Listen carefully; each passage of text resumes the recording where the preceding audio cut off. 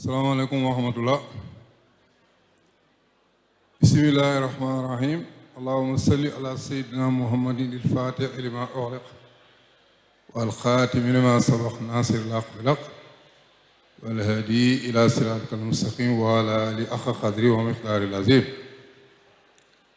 Louange à Allah pour avoir choisi pour nous l'islam, seule et unique religion reconnue par lui, comme rapporté par la sourate Al-Imran du Coran dans ses versets 19 et 85.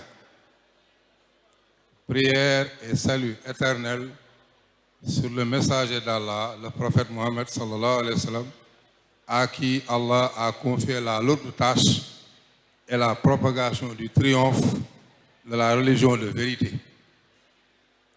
Qu'Allah sanctifie le secret et agrée l'œuvre du vénéré maître spirituel, le serviteur de la religion, le sceau de la Faïda Tijaniya, Cheikh al-Islam El Haj Ibrahim Niass.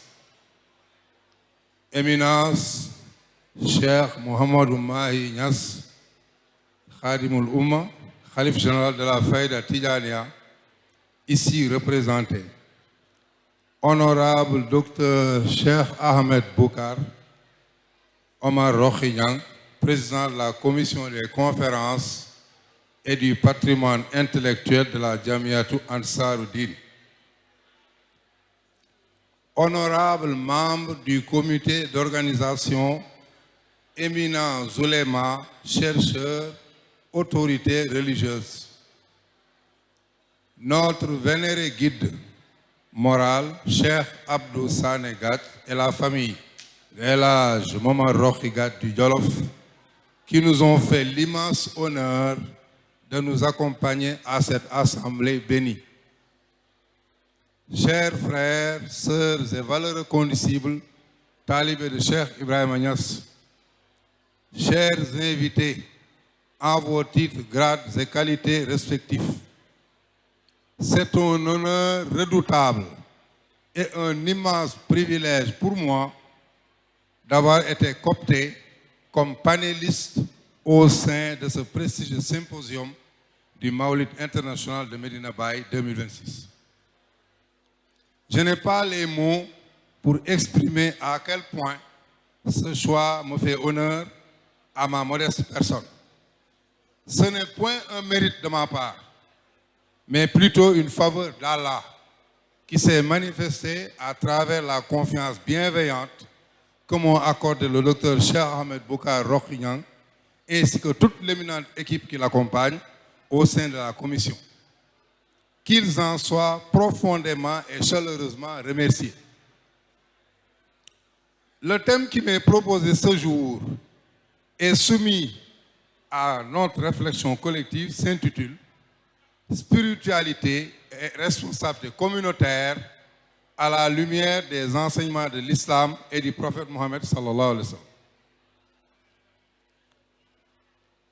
Mais pour répondre à cette question, chers condisciples, nous devons d'abord briser une illusion tenace, celle qui voudrait séparer la foi et la rue, le tapis de la prière du marché.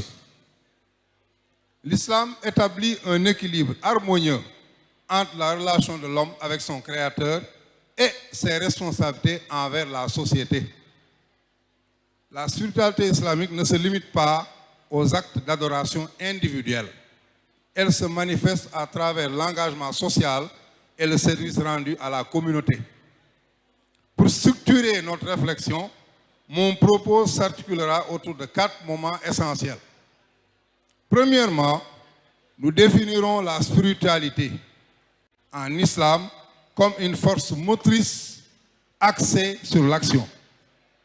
Deuxièmement, nous verrons que la responsabilité communautaire est une obligation religieuse stricte et non un simple supplément d'âme. Troisièmement, nous analyserons comment le prophète Mohammed sallallahu alayhi wa sallam a matérialisé cette vision à travers les institutions concrètes de Médine. Enfin, nous adopterons l'exemple de la Faïda Tijaniya et l'engagement de la CTBN face aux 3 défis majeurs de la jeunesse contemporaine. Avant d'entrer dans le vif du sujet, définissons d'abord la spiritualité comme la dévotion, attachement profond envers Dieu et envers la sunna du prophète sallallahu alayhi wa sallam, la foi et la piété. La spiritualité en l'islam, c'est une relation profonde qui pousse vers l'action. La spiritualité inhérente à notre foi renvoie à la purification du cœur, à la conscience permanente de la présence d'Allah, al-muraqaba, et à la recherche de son agrément. Elle se nourrit certes de la prière, du jeûne, du zikr et de la méditation du Coran, mais elle ne s'enferme pas dans ces catégories. Allah dit dans le Coran, « Ô vous qui croyez, inclinez-vous, prosternez-vous, adorez votre Seigneur et faites le bien afin que vous réussissiez. » Notons l'ordre des termes. Le rituel se prolonge immédiatement dans l'action bienfaisante et c'est de cet ensemble que dépend la réussite. Pour comprendre cette implication, il faut s'arrêter sur le verset 177 de la sourate Al-Baqarah. Interrogé sur ce qu'est la piété, le Coran commence par écarter le rituel pris isolément, puis énumère d'un même souffle la foi, le don de biens aux nécessiteux, la prière, la zakat et la fidélité aux engagements. Le texte ne juxtapose pas deux ordres de devoirs. Il les définit l'un par l'autre. Il serait donc vain de chercher en islam une spiritualité qui ne débouche pas sur rien ou un engagement social qui ne procède de rien. Dès lors, comprenons-le bien. Si la spiritualité est la racine invisible de notre foi, la responsabilité communautaire en est le fruit obligatoire. On ne peut revendiquer la racine tout en refusant le fruit. Le deuxième point, la responsabilité communautaire est une obligation, non un supplément d'âme. L'islam considère chaque croyant comme responsable du bien-être de la collectivité. Le prophète sallallahu alayhi wa sallam a posé ce principe à travers trois métaphores indémondables. Le berger. Chacun de vous est un berger et chacun de vous est responsable de son troupeau. Sahih al-Bukhari rapporté. Ce hadith institue chacun en responsable à la mesure du champ qui lui est confié. Le père dans sa maison, le maître dans son dara, l'élu dans sa circonscription. En islam, la responsabilité n'est pas déléguée à une autorité lointaine, elle est distribuée à tous. L'édifice. Après le berger, on a l'édifice. Le croyant, pour le croyant, est comme un édifice dont les parties se soutiennent les uns les autres. Le corps. Les croyants sont semblables à un seul corps. Lorsqu'un membre souffre, tout le corps partage son insomnie et sa fièvre. L'édifice dit la solidarité voulue. Le corps dit la solidarité éprouvée. Une communauté qui n'aurait que le premier serait une simple organisation. Une communauté qui n'aurait que le second serait une pure émotion. L'islam exige les deux. Cette responsabilité se traduit de manière spectaculaire dans l'institution de la zakat. Elle n'est pas une aumône laissée à la libre générosité. Elle est un pilier cultuel, obligatoire, assorti d'un taux et de bénéfices désignés. L'islam a inscrit le transfert social à l'intérieur même du culte. Le pauvre ne reçoit pas une faveur, il perçoit un droit. Il en va de même pour la justice dans les transactions quotidiennes. Lorsque le Coran insiste sur la justesse des poids et des mesures, surat al-Mutaffifin, il vise ce point précis où la fraude est invisible, où seule la conscience d'Allah retient la main. C'est là que la spiritualité prouve son efficacité sociale. La foi devient l'infrastructure invisible de la confiance publique. Mais ne nous arrêtons pas au concept théorique. Regardons l'histoire. Comment ce manifeste spirituel est devenu une réalité politique? Tournons les yeux vers Médine, là où le messager a traduit la révolution en institution. Le modèle du prophète à Médine, de la spiritualité aux institutions. La spiritualité du prophète n'a pas seulement produit des dévots, elle a produit des institutions structurantes. 3 actes historiques en témoignent. Le premier précède la prophétie. Le Hilf al-Fudul, le pacte des vertueux, conclu à la Mecque pour défendre tout homme lésé, fût-il étranger. Le deuxième est la Mu'akhat, la fraternité institutionnelle.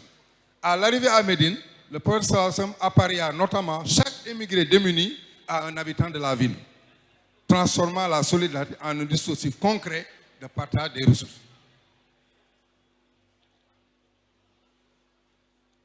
Le troisième est la Sahifa, la charte de Médine. Ce document réglait les rapports entre musulmans et tribus juives, posant la défense commune, la liberté de culte et la contribution équitable aux charges. Elle instituait les habitants en une seule communauté politique. Maulana Cheikh al-Islam Ibrahima Niass décrivait magnifiquement cette alliance de l'intériorité et de l'action dans son poème Iksiru Saada.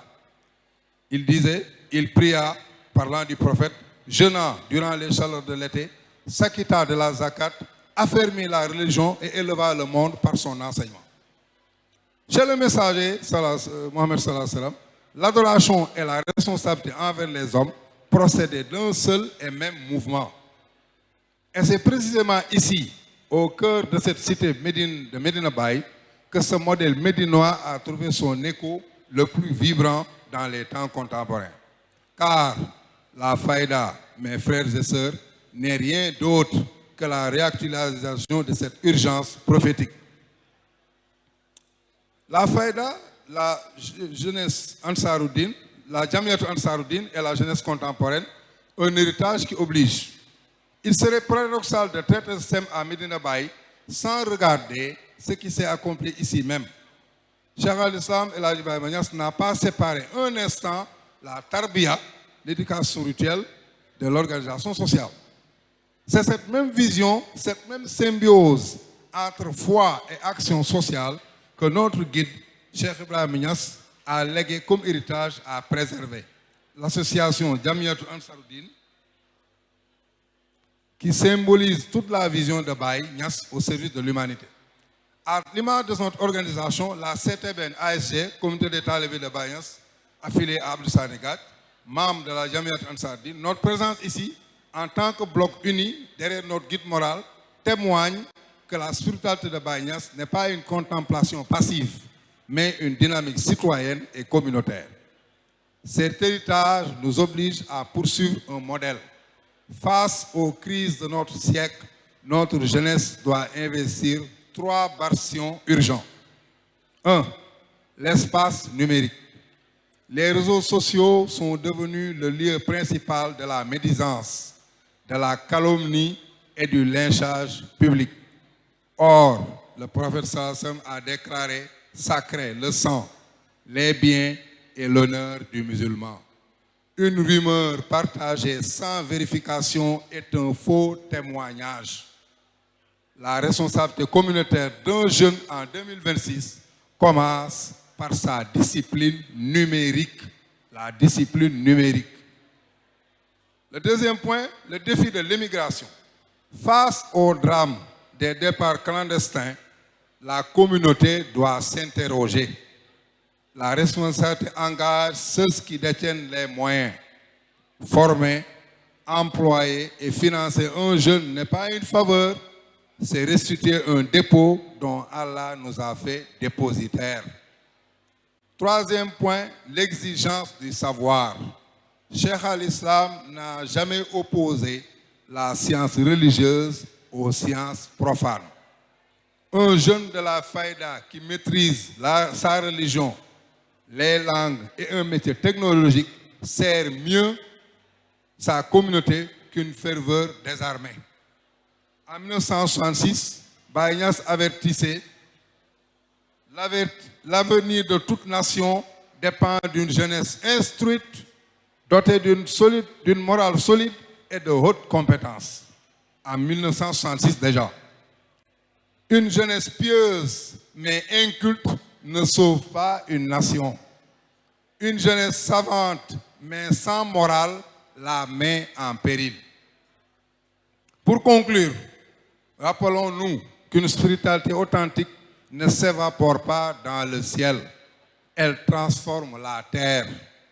La spiritualité et la responsabilité communautaire sont les deux faces d'une même pièce. La proximité avec Allah doit se traduire par un engagement concret au service des autres. En repartant de Medina Baye, que chacun de nous emporte donc moins un souvenir nostalgique qu'une tâche précise. Un voisin à soutenir, un jeune à orienter, un différend à réconcilier, un dépôt de compétences à restituer. C'est ainsi et non autrement que nous célébrerons dignement la naissance et l'héritage du prophète Mohammed sallallahu alayhi wa sallam.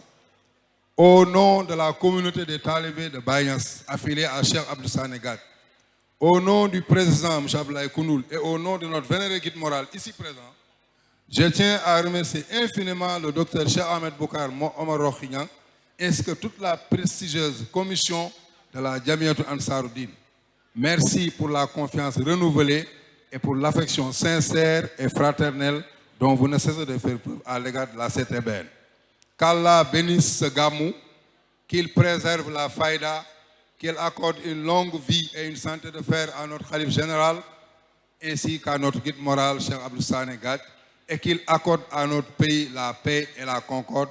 Je vous remercie de votre bienveillante attention. Allahumma salli ala sayyidina Muhammadin Fatihil wa nasir al-haq wal hadi ila siratika wa ala alihi qadri muqdari lazim.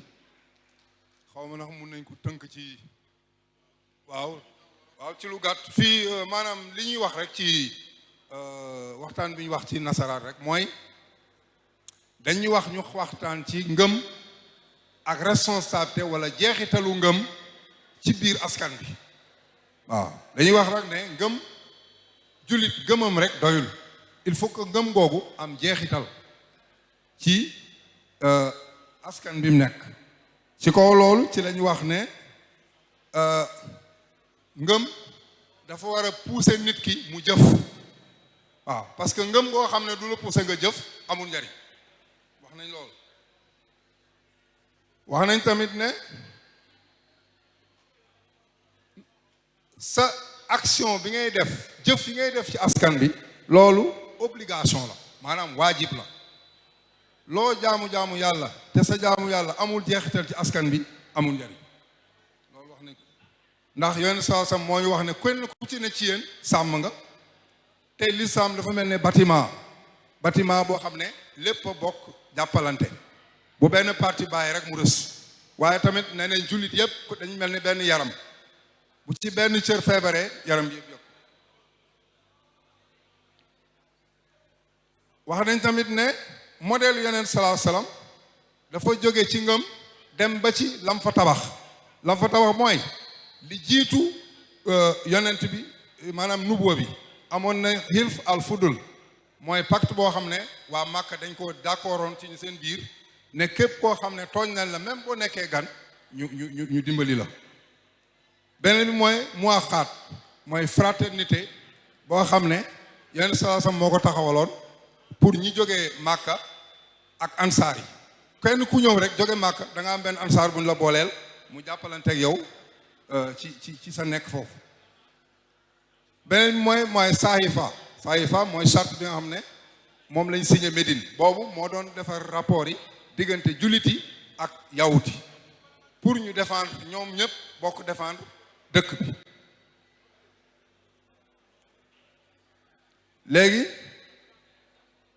ñu wax ne loolu yonent sa sam taxawaloon Makka moo am jeexital ba ci Medina Baye bii tey Baye Niass taxawal pour wax ne lépp lu yonent sa sam def rek Baye daf ko reprendre mu nekk loo xam ne héritage la indi na ko ba ci jamiyatu ansaaru diin def naa ne du ma dellu si ci niñ ko sasee ba mu koy digal Barham mu lire lettre bi yëpp def naa duñ ci dellu si waaye li ci mën am rek dañ bëgg a wax ne pour jeunesse bi nga xam ne moo tax peut-être document bi am nañ xam ne internet nekkul bërëbu xasante internet bërëb la boo xam ne mën nañ fa partager lu baax waaye gis ngeen léegi internet bi ni mu yàqoo lu nekk ci am donc ñu ne nag responsabilité jeune 2026 mi ngi commencé par mu xam li muy dugal ci internet mu fexe ba li muy dugal ci internet nekk luy jariñ wax nañ tamit pour jeunes yi nga xam ne dañuy jël gaal yi loolu responsabilité la pour kilifa yi